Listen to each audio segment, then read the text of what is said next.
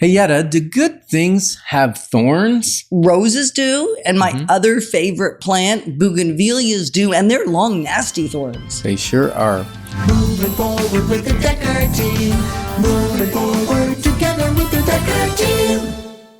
We've created for you free access to over 603 Inside Track episodes on our YouTube Dekker Team channel that provide insight on real estate, insider tips, making house home, building wealth, and simply whole living. You get exactly what you need when you need it from the comfort of your home, office, or even on the go.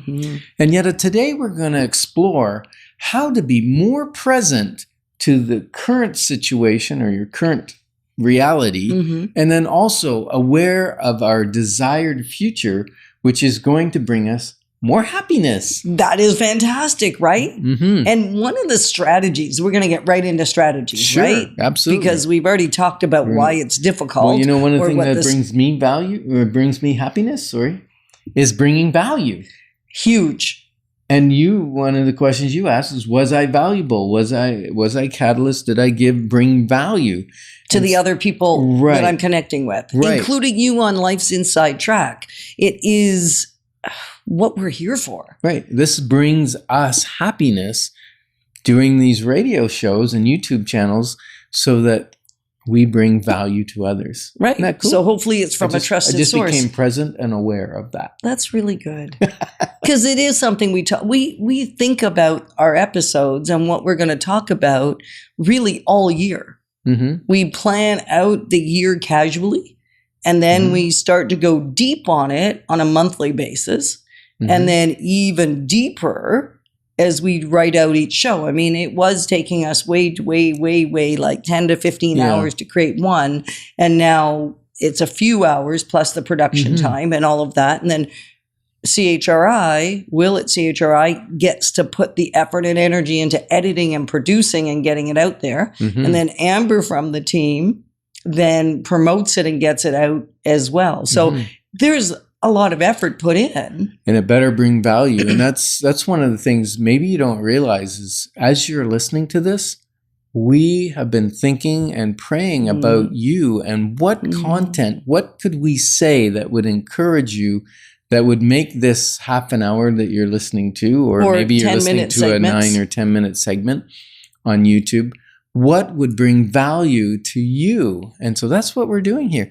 And one of the things that our family does, and little Svenja is one of the ones that brings it home, right? Yeah. And she'll come home from school or come over to visit, and we talk about the rose, the thorn, and the bud. And it's interesting because it's something I think a lot of teachers have done for many, many years, and it's been introduced to us many times over the years. And I was the one that was hesitant to actually take it on and embrace it, because I felt like I couldn't think about the thorn because my natural bent, if we go back 30, 40 years, was to look at what didn't work. Everything was thorny. Everything was had the lots thorn. Of thorns. Lots of thorns. Prickly. And so then I moved. I was prickly. I was angry and prickly. It wasn't pretty, right?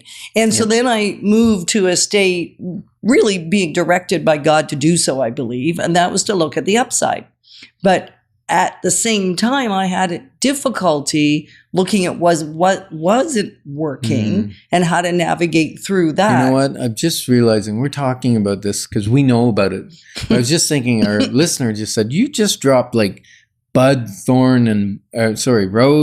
thorn, and bud, and you haven't explained them. So I think it's important to know that a rose is something you want to be grateful for, something that was beautiful in your day. That brings you joy, happiness, contentment, something that was uplifting, something that did add value, right? Something that you perceive. I mean, I look for simple, joyful moments every single day, and they don't have to be things that bring other people joy necessarily. They could, and they're just things that lighten your mood and bring you optimism might be another word. Yeah. So if you're in the habit of doing like a gratitude journal or saying your gratitudes at the end of the day, that's your roses, right? That's your roses. That's your rose garden. And the more gratitude you have, the more beautiful the garden of your life is.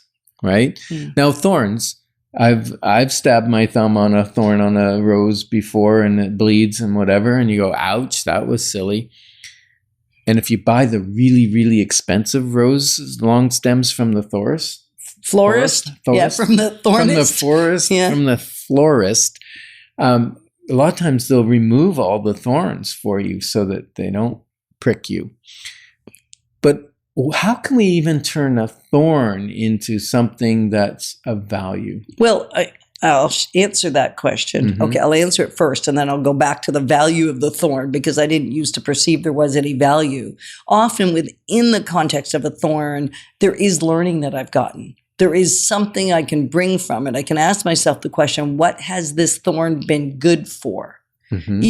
Sometimes it's a difficult conversation with you or with a client over the value of their home. I mean, that's probably one of the most difficult client conversations we get to have, is if the value that they perceive is different than the value that the buyers in the market agree with. And so that's a really thorny, uncomfortable, nasty conversation. Yeah, but it's good. It's a good conversation. Well, without it, the market eventually tells you the truth anyway, but you've lost a lot of time. You've lost a lot of probably emotional goodness and health.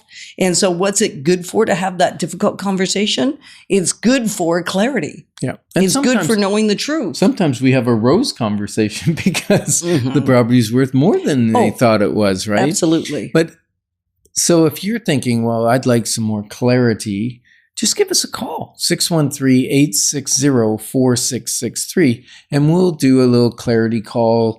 We may not have time to do it right that second, but we can schedule it, and it's 10, 15 minutes, and we'll just discuss whether your home is still making you happy or not, right? Yeah, is it still working for you? So what's a bud? A bud is that thing that's going to, in the future, potentially grow into a rose.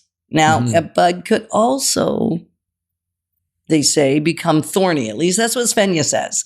And I think ideally a bud is something you're looking forward to. Is our youngest granddaughter. Our youngest granddaughter, and she has so much wisdom because she finally got me seeing the value in it after bringing it and bringing it and bringing it. So it's a beautiful thing. And so one wise person who was our pastor actually for a while, and he said many times he would have discouragement or depression, or it would be coming on. And so he always needed something to look forward to. And the bud is something you're looking forward to doing. And you might say, well, I don't have the money to do anything that I'd be really excited about doing, like a big vacation or a road trip or something.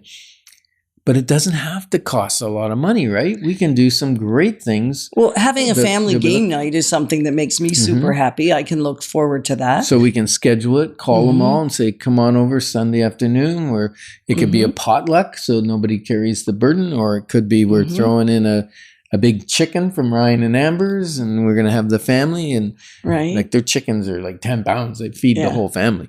And then even something like Ottawa Inner City Ministries, I looked forward to that once I found out about it, that we could participate in the coldest night of the year. And even watching Svenja and Otar, the kids, giving popcorn to everybody, just thinking about them doing that, it was a rose. And but you didn't now know it was going to be. No, and now it's a bud for next year, because we've already set the date for February 23rd that we're going to participate again.